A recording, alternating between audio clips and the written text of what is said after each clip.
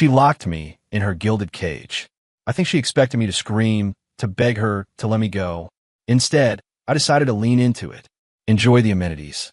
I even wrote up a shopping list for her. First item, an RTX 5090 graphics card. Now she was the one who was stumped. My current situation was, let's say, complicated.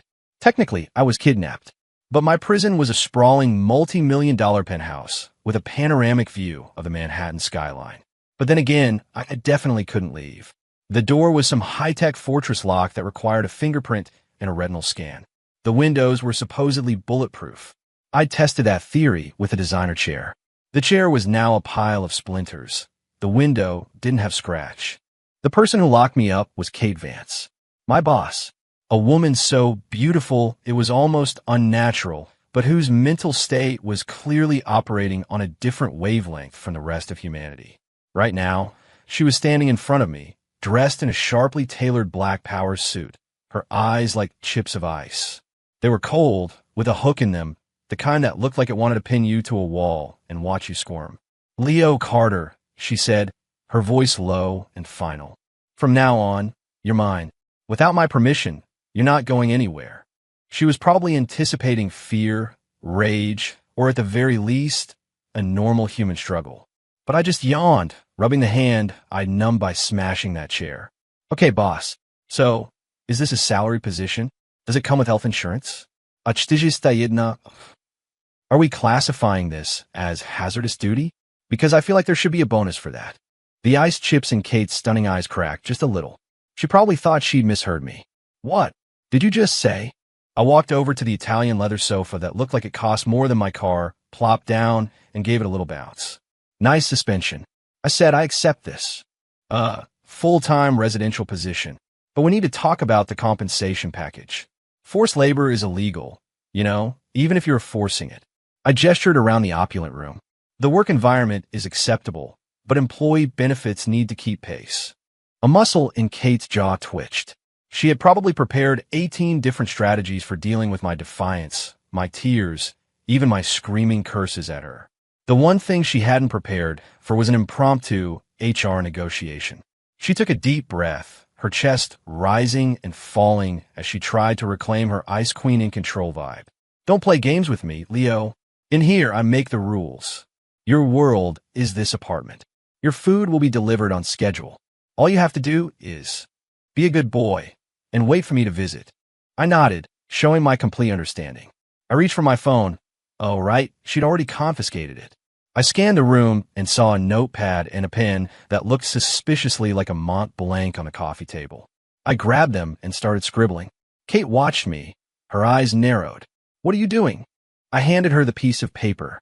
"My list of basic requirements, boss. Since this is a long-term sponsorship. No, wait, a long-term imprisonment. My quality of life can't suffer." Kate took the list and glanced down. Her brow went from a slight furrow to a deep crease to a full-on knot. She started reading my demands out loud, unconsciously. A top-spec gaming PC with an RTX 5090 graphics card, minimum 64 gigs of RAM, an 8 terabyte solid-state drive, and a 4K monitor. The latest model gaming smartphone, maxed out. Weekly snack list. Original flavor potato chips, Coke Zero, dark chocolate with at least 70% cacao. She couldn't continue. She looked up, her expression suggesting she was evaluating me for a psychiatric hold.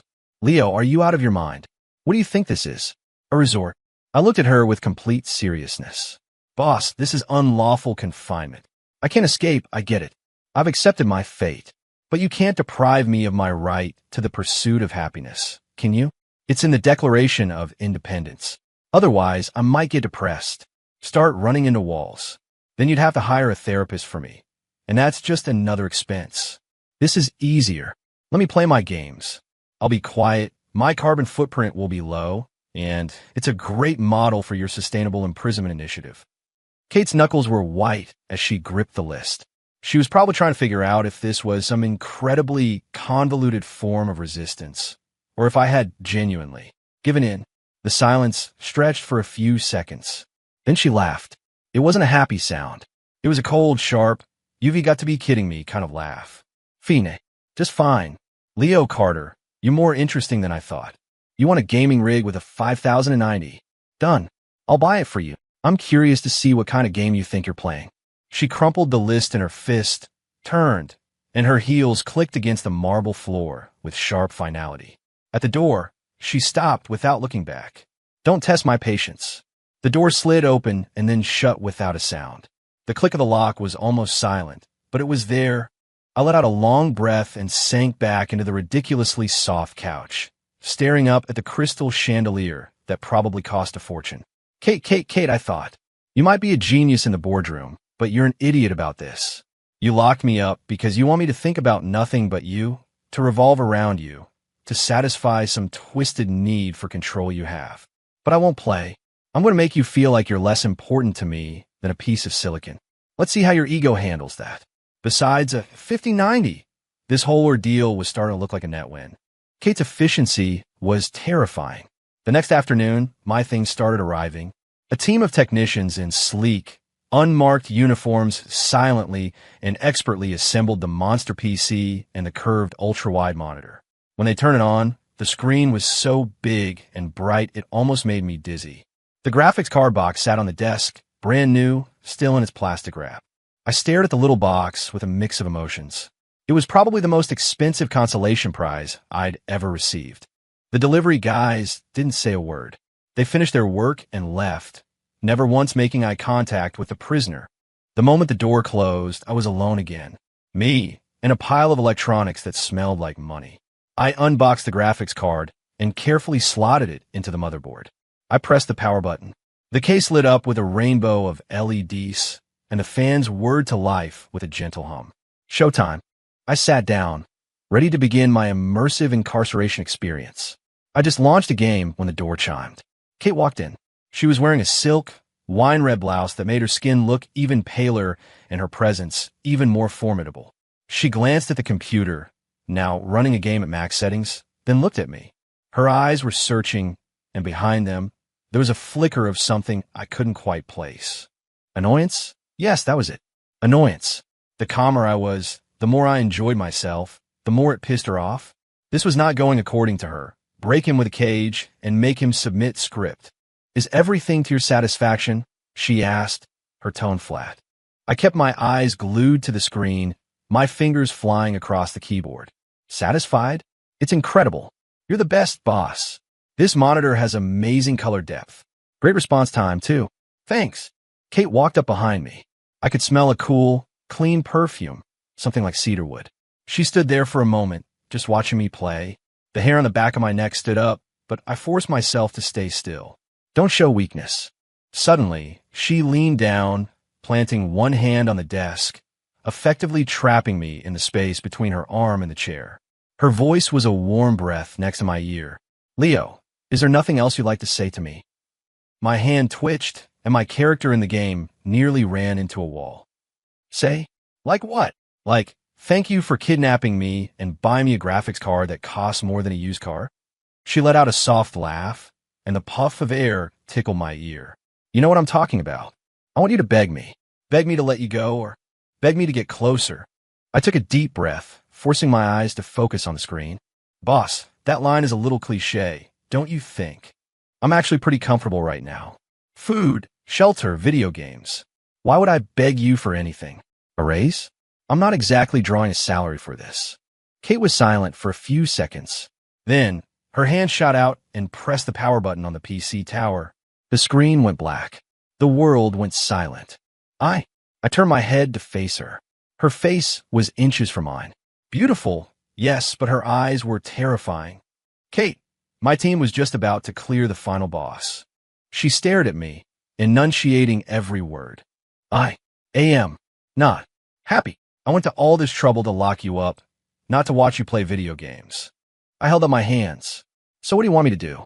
Watch you. What else? She said, as if it were the most obvious thing in the world. But I watch my game, you watch me. It doesn't seem very fair, does it? I try to reason. In here, I am to reason. She gripped my chin, her fingers surprisingly strong. Leo, don't make me angry. Her nails were a little long, and they pricked my skin. The posture was intimate, but the atmosphere was anything but. This was a raw threat. I knew I couldn't push her too far. This woman was not playing with a full deck, and there was no telling what she might do. I softened my tone. Okay, boss, you're the reason, but could you maybe let go? If you bruise my chin, it won't be very aesthetically pleasing for you to look at, right? Kate narrowed her eyes, studying me for a moment, before releasing her grip. She stood up straight and smoothed down her perfectly unwrinkled blouse. I'll be here for dinner tonight. And with that, she swept out of the room like a storm. I rubbed my chin, staring at the dead screen, and sighed. This 5090 was coming with some serious strings attached. This woman was harder to please than the most demanding client. At least clients paid you. She seemed to want my soul. Kate was as good as her word. At 6 o'clock sharp, she appeared. She was carrying a huge, tiered food container, the kind from a ridiculously expensive restaurant. She set it on the massive dining table, a table that could easily seat 8, and began unpacking dishes one by one. The plating was exquisite, and the aroma was incredible. I swallowed, my stomach rumbling shamelessly. One of the few perks of being a prisoner, I guess, was the 5-star catering. Sit, eat, she commanded, taking her seat at the head of the table. I sat down obediently, looking at the feast, not sure where to start. Go on. Afraid I poisoned it. Kate picked up her fork and took a bite of fish. I was starving, so I threw caution to the wind and dug in. It was, of course, delicious. Kate ate slowly, spending most of her time watching me. Her gaze was clinical, like a scientist observing a lab rat. Halfway through the meal, she asked, "Why the 5090?" My mouth was full of steak. The graphics card, she clarified. Why that specific one? I managed to swallow. Because it's the best. It's powerful. Because a man has to have a dream. Kate raised an eyebrow. Your dream is a piece of hardware. At this particular stage in my life, yes, I said, taking a sip of water. What else am I going to dream about? You letting me go? A corner of her mouth twitched. In your dreams. Well, there you go, I said, going back to my food. A man's gotta have something to look forward to. Kate didn't say anything else, just watched me. I felt like I was being dissected under her gaze. When the meal was finally over, she put down her utensils and delicately dabbed her lips with a napkin. Starting tomorrow, you'll be working with me. I almost choked on my last bite of food. Work? What do you mean, work? I'm a little tied up at the moment. You're my assistant. Have you forgotten? Kate's tone was completely matter-of-fact. The office location may be a bit unconventional, but the work doesn't stop. In a job description, I had a bad feeling about this. Taste testing your food for poison. She smiled, and for the first time, it seemed to hold a hint of genuine amusement.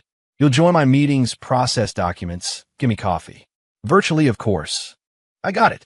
She couldn't stand the idea of me just being a trophy in her cage. She had to invade every part of my life to make sure I was aware of her presence every single second of the day, even if it was through a screen. Do I still get paid? I asked the practical question. You do, she said without hesitation. Same salary as before. Oh, okay then. I nodded. Getting paid was better than not being paid. Kate seemed a little disappointed by my easy compliance. She was probably hoping I'd resist, so she'd have an excuse to punish me. But I was learning. Go with the flow. When the enemy advances, retreat. When they tire, harass. I wasn't getting out of here anytime soon, so I might as well make myself comfortable. After dinner, Kate didn't linger. She took a call and left. Before she did, she pointed to a brand new, sleek webcam perched in the corner of the living room. That's for your meetings. Don't get any funny ideas. I stared at the little black lens. It felt like a new, unblinking eye in my prison. Fine. Remote incarceration. It was still incarceration. I powered on the PC, my own reflection staring back at me from the dark screen. Kate Vance, you want to play a game? I'll play. Let's see who breaks first. The next morning, I was jolted awake by a video call from Kate. On my monitor, she was already impeccably dressed, makeup perfect, sitting in her bright, spacious office with a floor-to-ceiling window behind her. And me? My hair looked like a bird's nest.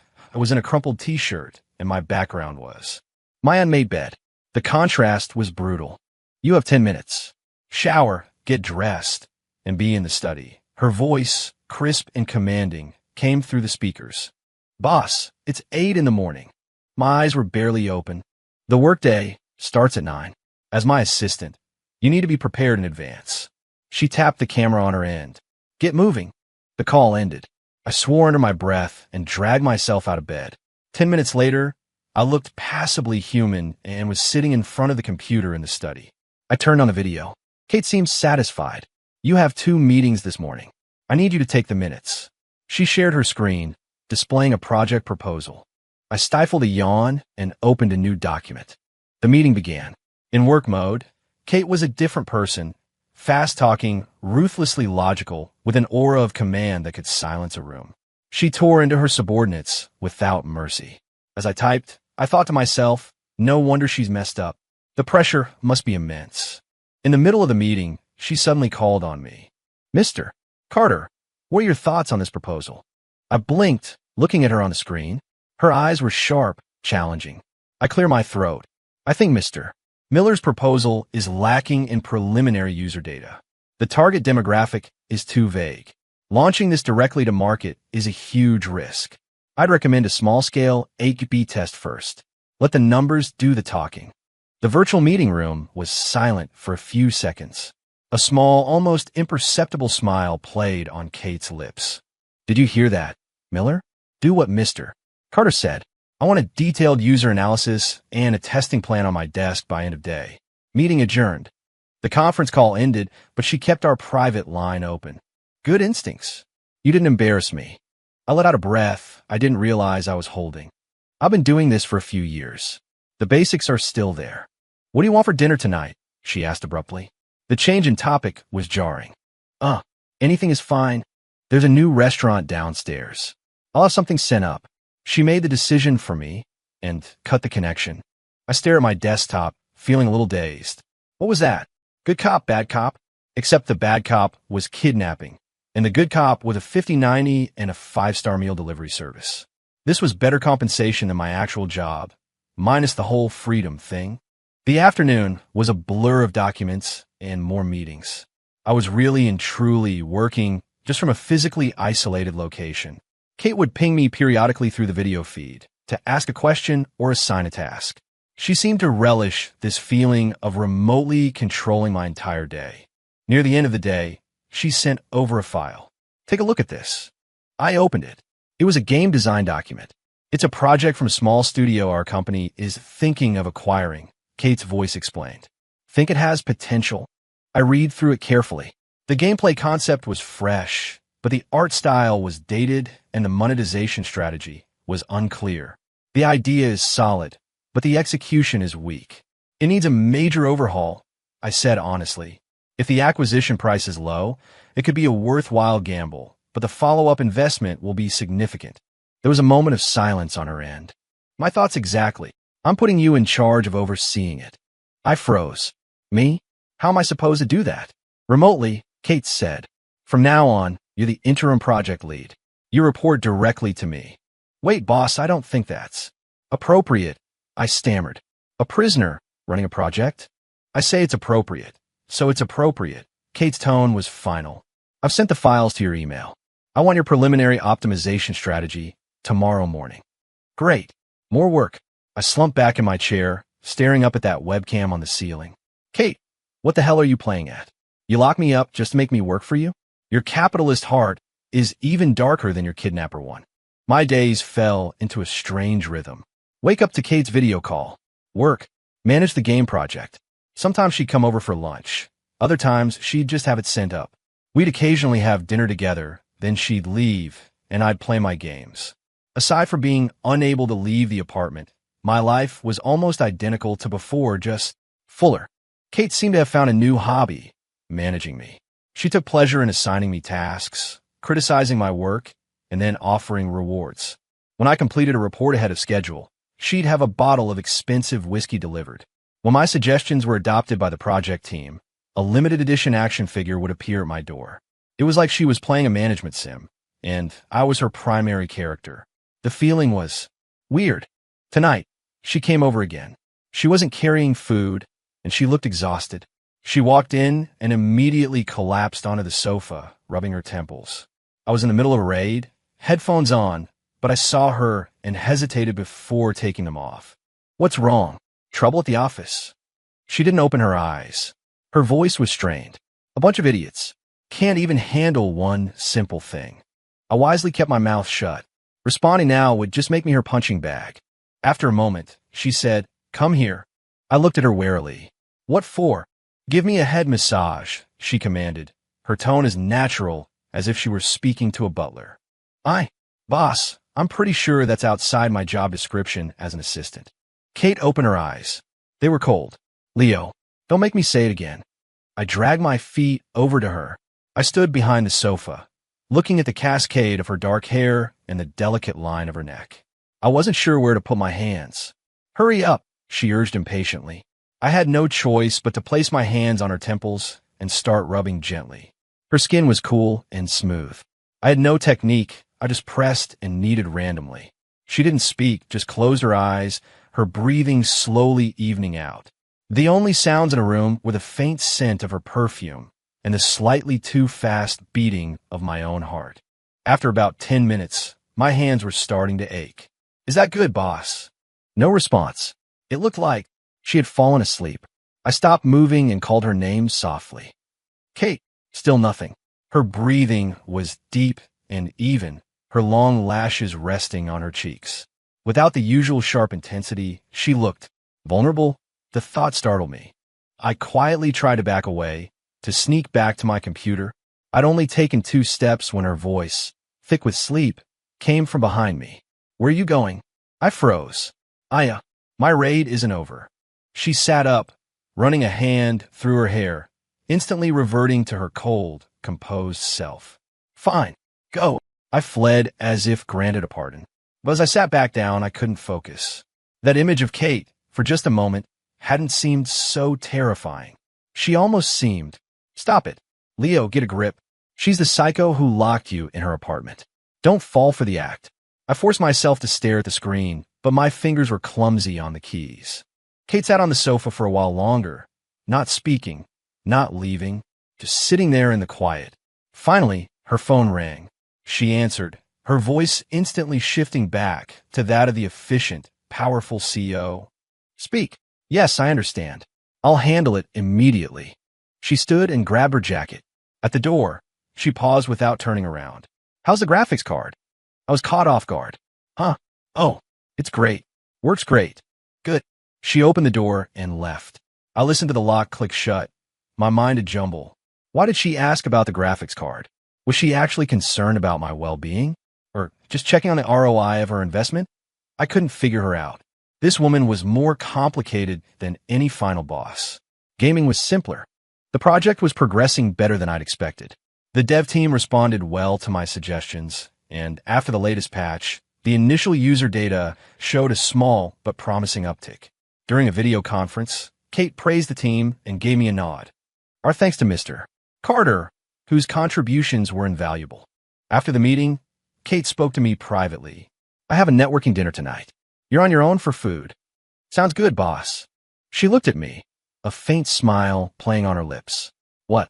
So happy to have me gone?" I immediately put on a serious face. "Of course not. Without you, I lose all motivation to work." "Liar," she scoffed and cut the video feed.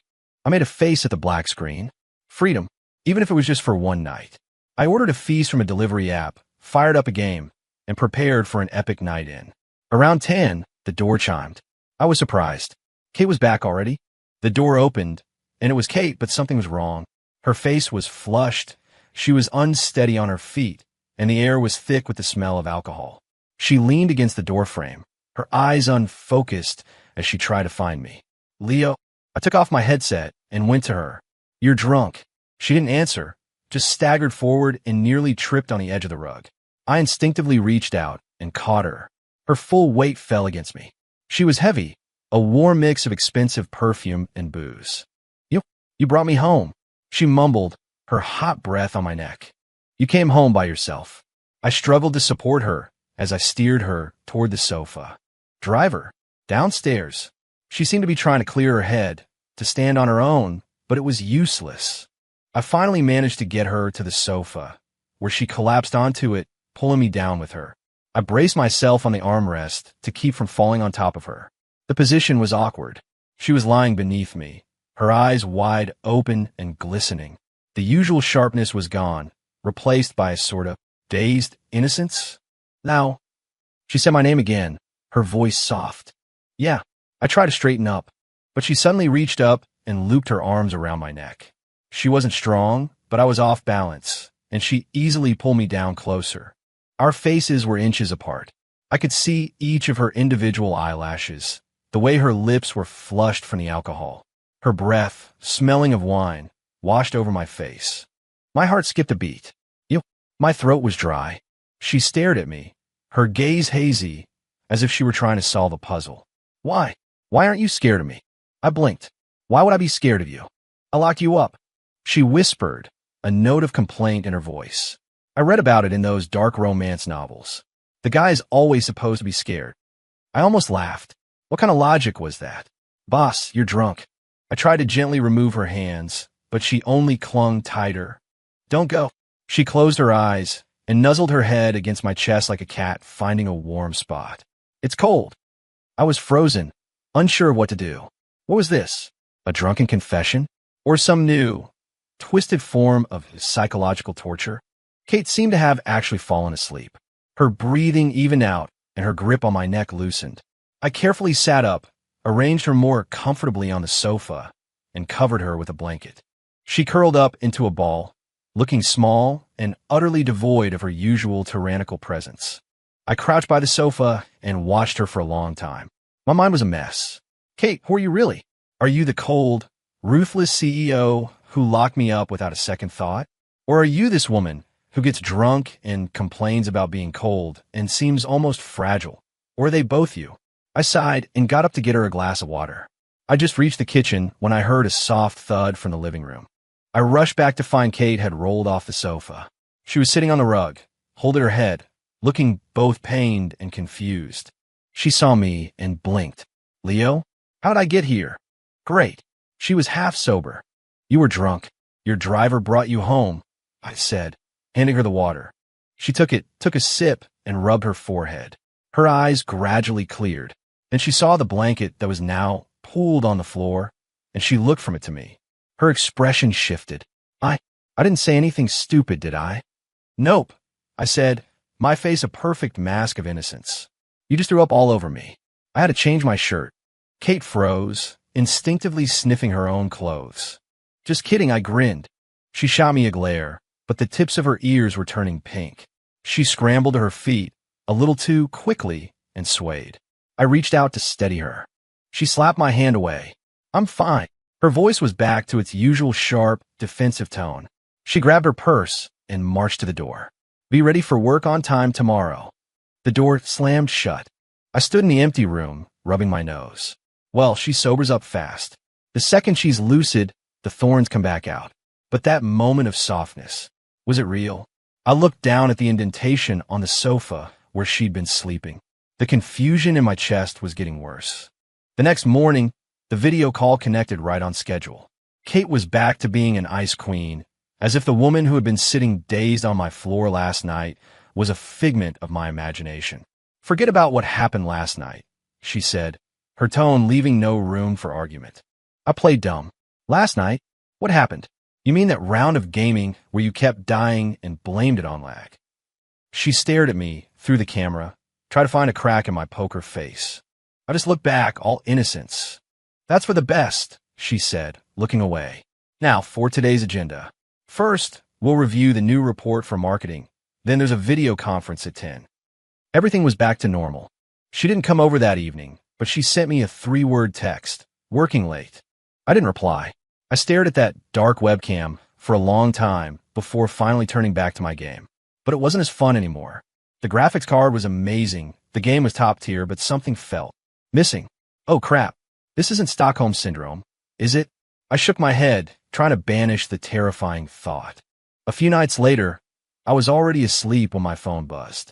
It was a new phone Kate had provided, fully functional, but only able to contact her and her inner circle. I answered. It was her assistant, Jenna, and she sounded frantic. Mr. Carter? I'm so sorry to bother you this late, but Ms. Vance. What's wrong with her? Her stomach condition is acting up again. She's in a lot of pain, the medicine isn't working, and she refuses to go to the hospital. I'm outside her apartment, but she won't open the door. I shot up in bed. Send me the address. Jenna hesitated. But sir, you can't. Don't argue with me. Send me the address, then go buy some heating pads and a simple soup or something. I was pulling on clothes as I spoke. I have a way to make her open the door. As soon as I got the address, I started a video call with Kate. It rang for a long time before she answered. On the screen, her face was pale, her forehead beaded with sweat. She was curled up in bed, looking impossibly fragile. Leo, her voice was shaking. Open the door. Let Jenna in, I said, my voice hard. If you don't, I'm jumping out of this window right now. I swear to God I'll do it. Kate's eyes widened. You open the door. I repeated, my voice louder. She stared at me for a few seconds, then whispered weakly toward her front door. Jenna, you can come in. I heard the sound of the door opening, and Jenna's sigh of relief. Okay, it's open, Kate said into the phone. Don't do anything stupid. Good, I said, my tone softening. Let Jenna take care of you. Take your medicine, drink some soup. I know. Hang up. Get some rest. The video cut out. I was still holding the phone, my palms slick with sweat. For a second there, I was genuinely afraid she'd call my bluff. That woman was stubborn enough to hurt herself just to prove a point. The next morning, I logged on with dark circles under my eyes. Kate was already in her office. Her complexion was still poor, but it was mostly hidden under makeup. She looked at me through the camera and said nothing. I said nothing back. After a moment, she spoke, her voice low. Thank you. Don't mention it, boss. It's an employee's duty to be concerned about the health and well-being of their employer. My tone was strictly professional. She pursed her lips. The window. You're forbidden from going near it. Depends on your behavior, I said, picking up the day's schedule. Boss, you're going to be late for your meeting. She glared at me, but didn't argue. As the meeting started, I noticed a thermos on her desk. She took a sip from it every now and then. I got a text from Jenna. Thank you, Mr. Carter. Ms. Vance is doing much better. I texted back a simple good. Watching the woman on the screen, forcing herself to be strong, I felt a strange pang in my chest. The project entered its critical testing phase, and we were all swamped. Kate and I were on a video call almost constantly, coordinating with the team and troubleshooting issues. One night, we were in another emergency meeting. A game-breaking bug had been discovered right before launch, and the mood was tense. Kate's expression grew darker by the second. If this isn't fixed by noon tomorrow, the launch is delayed, and everyone involved can submit their resignations, she said, her voice cold enough to freeze water. The virtual room was dead silent. I rubbed my temples and spoke up. Give me access. I'll remote in and take a look at the code. Kate looked at me. You? Worth a shot, right? Nothing to lose. I shrugged. I used to do this for a living. She didn't ask any more questions. She just said to the tech lead, give him access. I worked for hours, my eyes burning from staring at lines of code. Kate stayed on the line the entire time, a silent presence on the other end. I could occasionally hear the soft click of her keyboard or the sound of her sipping water. Sometime after midnight, I finally found it. The bug was fixed. I let out a huge breath and collapsed back in my chair. It's done. They can start testing. Good work. Kate's voice came through, tired but relieved. All in a day's work for the boss, I said, rubbing my eyes. Are you hungry? I can have something sent up. Is barbecue an option? It's the middle of the night. Let's get something lighter. What arrived was a seafood risotto, some pastries, and a can of ice-cold beer. I ate the risotto while watching Kate on the screen as she confirmed the fix with the testing team. Aren't you eating, boss? In a minute, she said without looking up. By the time everything was confirmed, it was 4 a.m. She finally leaned back in her chair and stretched her neck. It's done, she said, looking at the camera. Her face was tired but relaxed. Yep, it's done, I said. I held up my beer can. A toast. She smiled faintly and raised her thermos of water in a mock toast. You did well, Leo. Of course I did. You wouldn't have gone to all this trouble to lock me up if I didn't, right? She raised an eyebrow but didn't respond. The usual sharpness in her eyes was gone. In the quiet of the early morning, separated by a screen, the two of us, one drinking beer, the other water, shared a moment that felt surprisingly peaceful.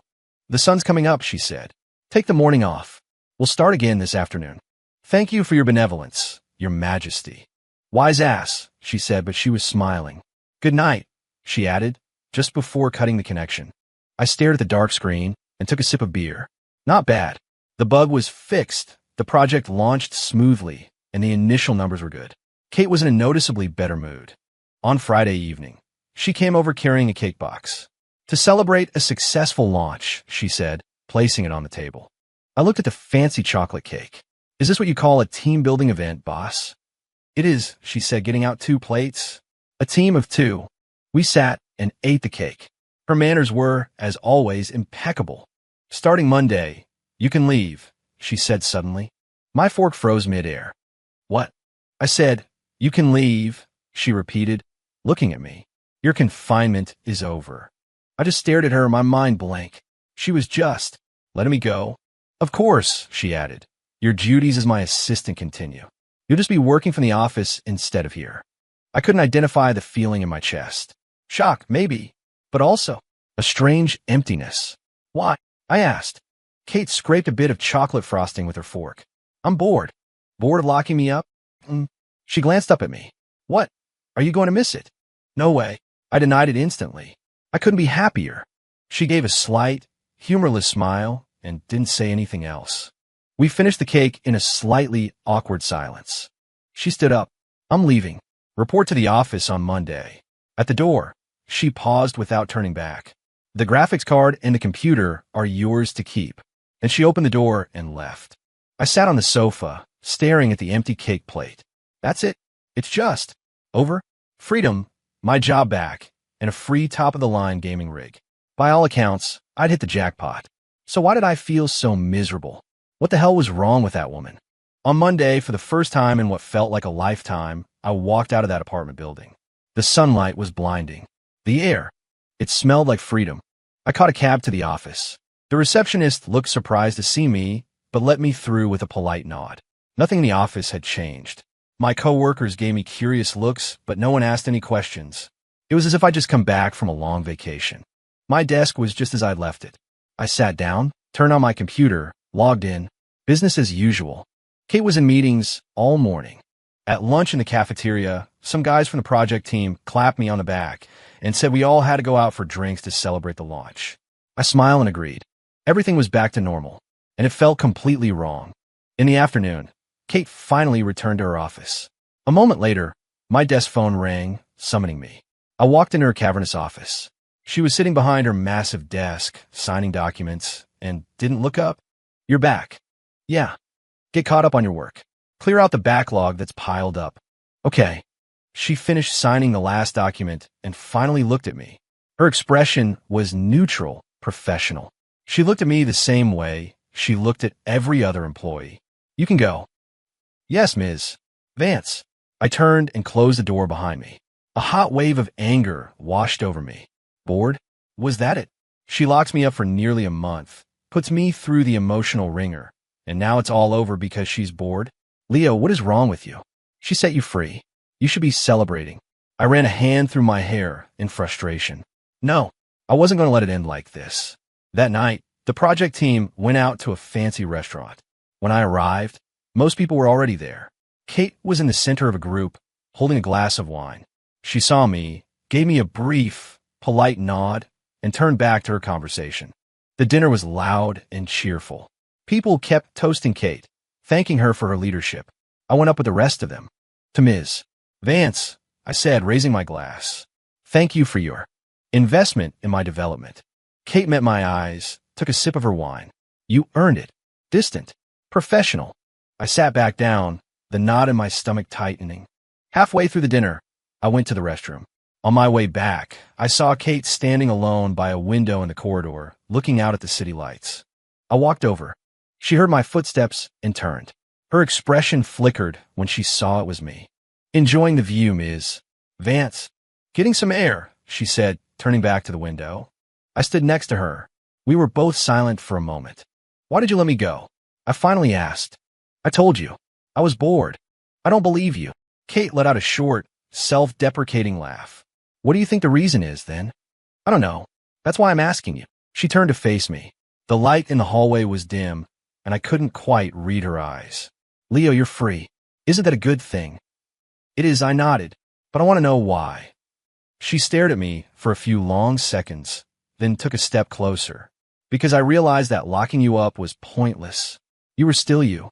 You weren't afraid of me, and you weren't going to. So what did you want from me? I asked, my voice low. For me to be scared?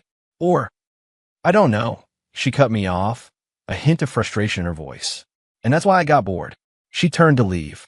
I grabbed her wrist. Her body went rigid. She looked back at me. Let go. No. I looked her straight in the eye. Kate, this isn't a game you can start and stop whenever you feel like it. Her expression wavered. What do you want? You held me captive for almost a month. What about my compensation for emotional distress? She blinked, clearly not expecting that. Didn't you get the computer? That's hardware. This is about emotional damages. What do you want? I looked at her and said, slowly and clearly, from now on, I'm the one chasing you. Kate just stared at me, her eyes wide, as if I'd just started speaking another language. What did you just say? I said. I leaned in closer until I could smell that familiar, cool perfume. I'm going to pursue you, Kate. Are you insane? She tried to pull her hand away, but I held on tighter. Probably, I grinned. You drove me insane. A faint blush crept up her cheeks. Her eyes darted away. That's ridiculous. Let go of me. Not until you give me an answer. This is absurd. She finally yanked her hand free and hurried back toward the private dining room. But just before she turned the corner, I could have sworn I saw the corner of her mouth twitch into a smile. I leaned against the wall and let out a long breath. This was probably a terrible idea, but it felt right. Every morning, I showed up at her office with a different kind of coffee. Ms. Vance, your latte. No sugar. She wouldn't even look up. Just put it on the desk. At noon, I would happen to be in the cafeteria at the same time as her, and would coincidentally sit at her table. Fancy seeing you here, Ms. Vance. She threw me a look. It's a small cafeteria. After work, I would by chance end up in the same elevator. Going home, Ms. Vance. Yes. Me too. We're going the same way. She finally snapped. Leo, we live in opposite directions. Right. So I'll drop you off, then I'll go home. See? It's on the way. Kate was speechless. The office gossip started to spread. People were saying that Leo Carter was trying to date the CEO, and that the CEO hadn't exactly said no. One day, I walked into the office carrying a massive bouquet of red roses. The entire open-plan office fell silent. I knocked on her door and went in. Kate was reading a report. She looked up, saw me and the roses, and frowned. What are you doing? Delivering flowers. I placed a bouquet on her desk. Do you like them? She put down her pen and rubbed her temples. Leo, can you please just act normal? I'm being normal, I said innocently. Isn't it normal to give flowers to someone you're interested in? She was flustered, the tips of her ears turning red. Get out. I'll get out as soon as you accept the flowers. She glared at me. I just smiled back. After a few seconds of a silent standoff, she broke. She waved a hand dismissively. Take them with you. Can't do that. They represent my feelings. Do whatever you want. She looked back down at her report, but I could see her ears were now a shade of crimson. I left her office with a grin. Step 1 of pursuit. Be completely shameless. That weekend, I drove to her apartment building and called her. What? She answered, her tone grumpy. Come downstairs. I'm taking you out. I'm busy. If you don't come down, I'm going to start shouting your name. Leo Carter, you wouldn't dare. I'm counting to 3. 1, 2. She hung up. A few minutes later, she appeared downstairs, fuming. She was in sweatpants and a hoodie, no makeup, her hair thrown up in a messy bun. What do you want? She hissed. A date. I opened the passenger door. Get in. I'm not going. Then I'm really going to shout. Kate. Shut up. She clapped a hand over my mouth, glanced around nervously, then dove into the car. Seatbelt, I said, starting the engine with a smile. Where are we going? She asked, still annoyed. An amusement park. Kate gave me a look that clearly said, Are you having a stroke? I'm going to an amusement park dressed like this. You look great, I said, glancing over at her. Cute, actually. She choked on a reply and turned to stare out the window. At the park, I bought 2 tickets and dragged her inside. She was reluctant at first, her arms crossed, her face a mask of displeasure. But after we rode a roller coaster and I snapped a picture of her screaming, Her expression a mix of terror and exhilaration. She started to thaw. Delete that. No way. It's adorable. Now. She chased me, trying to grab my phone, and I ran ahead, laughing. The sun was bright, and without her corporate armor, she looked younger, more carefree. Her angry pout was surprisingly charming. We went on a few more rides, ate ice cream, and watched a parade. As dusk fell, we sat in a Ferris wheel car, watching the park light up below us. Kate was quiet, just gazing out the window. I haven't been here in a long time, she said suddenly. You came here as a kid? Yeah, with my dad. Her voice was soft. Then he got busy. He never had time for me after that. I didn't say anything. It didn't feel like the right moment. The Ferris wheel reached its highest point. I looked at her profile, illuminated by the glittering lights of the park. Kate. She turned to look at me. I leaned in and gently kissed her on the forehead. It was quick. She froze, her eyes wide, just looking at me. She didn't get angry. She didn't pull away. But the tips of her ears turned a deep, telltale red. The Ferris wheel started its descent. Neither of us spoke. The air was thick with a new, gentle intimacy. After we got off, we walked toward the parking lot. Her hand brushed against mine. Once. Twice. The third time, I reached out and took it. Her fingers flinched, but she didn't pull away. Her hand was a little cold. I squeezed it gently. She kept her head down, but she let me hold her hand all the way to the car. I only let go to open her door for her. She got in, buckled her seatbelt, and continued to stare out the window. I started the car and put on some quiet music. While waiting at a red light, I glanced over at her. She seemed to have fallen asleep, her head resting against the window. But I knew she was awake. Her eyelashes were trembling slightly. I parked in front of her building. She didn't move. We're here, I said softly. She opened her eyes slowly. Okay. But she made no move to get out. We sat in silence for another minute. Thank you. For today, she whispered. You're welcome. I smiled. I'll take you somewhere else next time. She didn't say yes, but she didn't say no. I should go up, she said, finally reaching for the door handle. Kate, I called out. She paused. I'm serious about this. Her shoulders tensed slightly. After a few seconds, she said, so quietly I almost didn't hear it. I know. Then she got out and walked into her building without looking back. I watched until she was gone before driving away. I was feeling pretty good. When I got back to my own small apartment, the place felt empty. I actually missed the sterile luxury of my gilded cage. Damn, you get used to the good life fast. My phone buzzed. It was a text from Kate. 2 words, home. I smiled. Just got in. You still up? Going to bed. Good night. Night. I fell back on my bed, staring at that last text. The long shot campaign was starting to show signs of progress. One afternoon, I went to her office to drop off a file. She was on the phone, and her voice was uncharacteristically gentle. Yes, okay, I know. Don't worry. I'll take care of myself. Mom, I know. I promise I'll be there for dinner on Sunday. Okay, I love you too, bye. She hung up and rubbed her temples, looking tired. Ms. Vance, I said. She looked up. What is it? Are you free this weekend?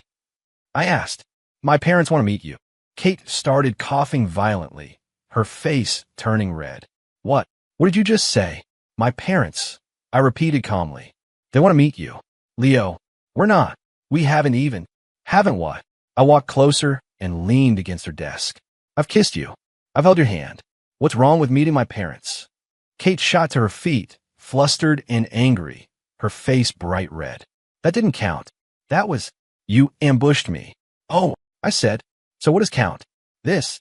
I leaned down and kissed her on the lips. It lasted only a second. Kate was completely petrified, her eyes wide, one hand flying up to cover her mouth. Does that one count? I asked with a grin. Leo Carter.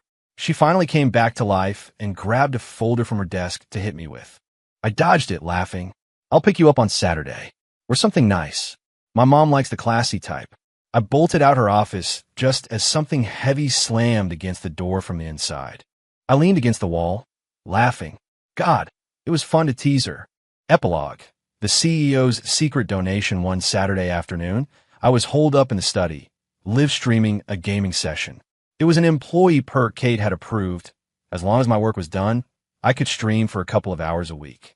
The camera was aimed only at my hands and keyboard. All right, guys, how sick was that last play? Let's see those donations. I was on a roll. Suddenly, a series of flashy animations exploded across my screen. A user with the ID Vixen had just dropped 10 supernova GIFs, the most expensive one available. The chat went insane. Whoa, whale alert. Someone's a big fan. I paused. That ID seemed familiar. I clear my throat. Wow. Thanks to Vixen for the supernovas. But hey, let's be responsible with our spending, okay? I heard a faint, smug little laugh through my headset. My head whipped around. The study door was cracked open. Kate was leaning against the frame, arms crossed, a ghost of a smile on her lips. After the stream ended, I took off my headset. Inspecting the troops, Ms. Vance. She walked in, her expression back to its usual cool neutrality. Just passing by. Oh, I dragged out the word. So, I guess Vixen was just passing by with her credit card, too? Kate's ears turned pink, but she held her ground. The company believes in supporting its employees' side hustles. I held back a laugh and pulled her onto my lap. Supporting them with your personal bank account. She looked away. I felt like it. Boss, I whispered, my lips close to her ear. Do you have any idea how much you just spent? She nudged me lightly. Don't get a big head. Still, I said, wrapping my arms around her waist. Thanks for the donation. Kate turned to look at me, her eyes shining. How are you going to thank me? I kissed her. Like that. Not enough. Then, I'll make you that perfect steak dinner tonight. A genuine, happy smile finally broke through her composed facade. Now you're talking. Watching her, looking so pleased with herself, I had to laugh. The great, powerful, untouchable CEO, underneath it all, she was just a kid who wanted to be spoiled. It just so happened her idea of spoiling cost a fortune. End.